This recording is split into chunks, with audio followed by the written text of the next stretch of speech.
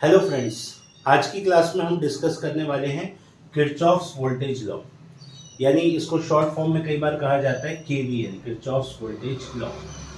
तो केवीएल की स्टेटमेंट की अगर बात करें तो केवीएल कहता है the algebraic sum of voltages in any close path of the network is always zero. यानी किसी नेटवर्क में, क्लोज नेटवर्क में जो एल्जेब्रिक सम होगा वोल्टेज ड्रॉप का वो हमेशा क्या होगा, जीरो। यानी summation of voltage in a closed network will always be equals to zero.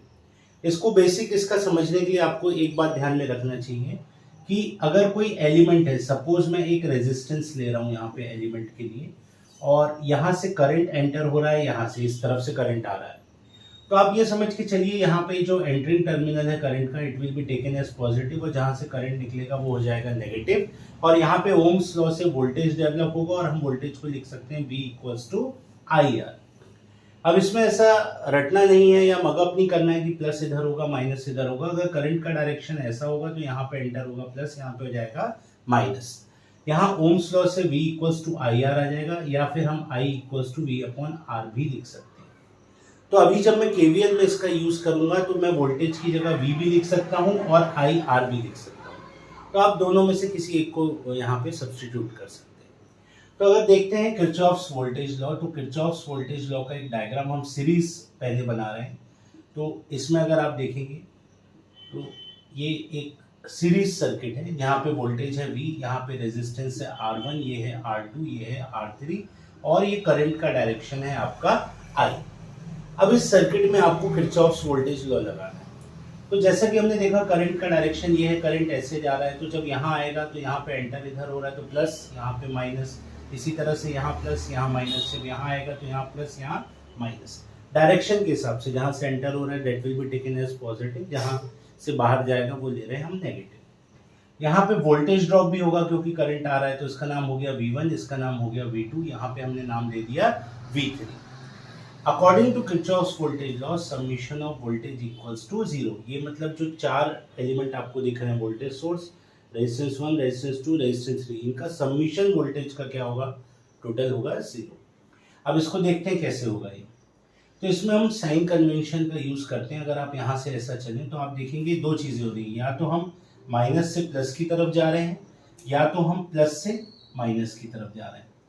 तो चलिए हम एक अजम्पशन लेते हैं कि जब भी हम माइनस से प्लस के लिए जा रहे हैं, मतलब low potential to higher potential, ऐसा समझ लीजिए, लो वोल्टेज मतलब हम इसमें जा रहे हैं, तो हम इसको ले सकते हैं प्लस में, और जब हम प्लस से माइनस जा रहे हैं हायर टू लोअर में, तो इसको हम ले लेते हैं नेगेटिव में। इसको पॉजिटिव में, इसको ले लेते हैं हम नेगेटिव में। अब स्टार्ट करते हैं, यहाँ से माइनस प्लस जाएगा, तो माइनस प्लस में अगर आप देखेंगे माइनस प्लस में तो क्या टर्म लिया हमने, V प्लस, तो यहाँ पे आ जाएगा प्लस ऑफ V। जब आप आगे चलेंगे प्लस माइनस, तो यहाँ पे अगर आप देखेंगे प्लस माइनस आ रहा है, तो प्लस माइनस में हमने क्या साइन लिया है, माइनस, तो यहाँ पे हम लिख देंगे माइनस V1। जब आप आगे चलेंगे तो प्लस माइनस आ रहा है, तो यहाँ पे टर्म आ जाएगी माइनस V2। फिर आप आगे चलेंगे प्लस माइनस, तो यहाँ पे आ जाएगा minus V3 equals to zero. और अगर आप चेक भी करेंगे तो V equals to V1 plus V2 plus of V3, इसको उस तरफ ले जाएंगे V1, V2 और V3 को। और वो है भी कि यही तो मेन बैटरी सोर्स है, इसी से तो इसके अंदर वोल्टेज ड्रॉप होगा, तो वही शो हो रहा है V equals to V1 plus V2 plus V3।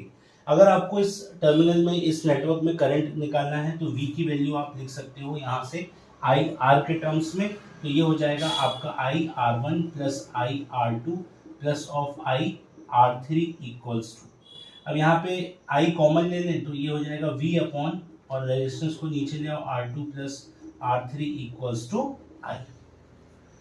ये एक तरीका है केवीएल अप्लाई करने का। अब कभी कभी साइन कन्वेंशन में किसी को कंफ्यूजन होता है, और जल्दबाजी में अगर आप ऐसा भी लेते हैं, माइनस प्लस को हमने यहाँ पे इस बार लिया है पॉजिटिव, तो अगर हम यहाँ नेगेटिव भी ले लें किसी कारण से, और प्लस माइनस को हम यहाँ पे पॉजिटिव ले लें, तो आप देखेंगे क्या होगा। फिर हम चेक करते हैं, अगर साइन कन्वेंशन इससे अपोजिट ले लें, तो अगर यहाँ पे हम चलेंगे फिर से माइनस प्लस पे, तो माइनस प्लस पे कितना आ रहा है, माइनस V। यहाँ आगे आ रहा है प्लस माइनस पे आपका प्लस V1, फिर प्लस माइनस की वजह से, प्लस माइनस की वजह से प्लस V2, फिर plus V3 equals to zero. तो यहाँ से भी आप देखेंगे माइनस V को उधर ले जाओ तो V1 plus V2 plus of V3। तो इससे ये कंक्लूजन निकलता है कि आपको ये साइन कन्वेंशन मगअप नहीं करना है, इसको रटना नहीं है। अगर किसी कारण से आप जो भी लेते हो, अगर नेगेटिव टू पॉजिटिव आप पॉजिटिव ले रहे हो तो पॉजिटिव टू नेगेटिव को क्या लेना है, नेगेटिव, या वाइस वर्सा उल्टा भी कर सकते हैं, बट दोनों एक जैसे नहीं होंगे क्योंकि एक जगह वोल्टेज ड्रॉप है और एक जगह वोल्टेज राइज है। तो ये बेसिक था आपका सीरीज सर्किट में कैसे लगाते हैं। अब हम बात करेंगे पैरेलल सर्किट में इसको कैसे लगाया जाए।